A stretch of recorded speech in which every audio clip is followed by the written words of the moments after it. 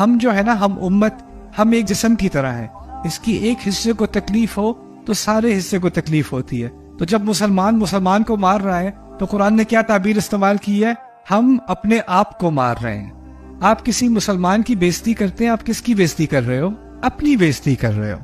آپ کسی کو شرمندہ کر رہے ہو، کسی مسلمان کو، آپ کسے شرمندہ کر رہے ہو؟ آپ خود کو شرمندہ کر رہے ہو. آپ کسی کے نام کی دھجیاں اڑا رہے ہو، کسی کا مذاق اڑا رہے ہو، کسی سے لڑ رہے ہو، مسلمان سے زیادتی کر رہے ہو، آپ اپنے آپ سے کر رہے ہو. بڑی حکمت ہے قرآن کی. قرآن نے بار بار یہ بات سمجھائی ہے.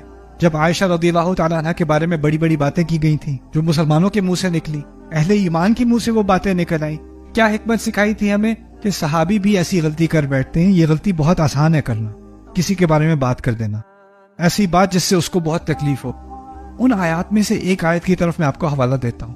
لولا اذ سمعتموہ ظن المؤمنون والمؤمنات بانفسہم خیرا.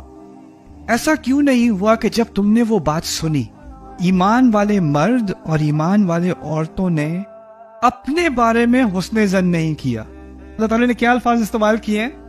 اپنے بارے میں حسن ظن کیوں نہیں کیا؟ تو کوئی سن کے کہے میں نے اپنے بارے میں تھوڑی بری بات کی تھی، کسی اور کے بارے میں کہی تھی. اور اللہ سمجھا رہے ہیں نہیں، تم اہل ایمان ہو، حقیقت یہ ہے کہ تم نے اپنے بارے میں بات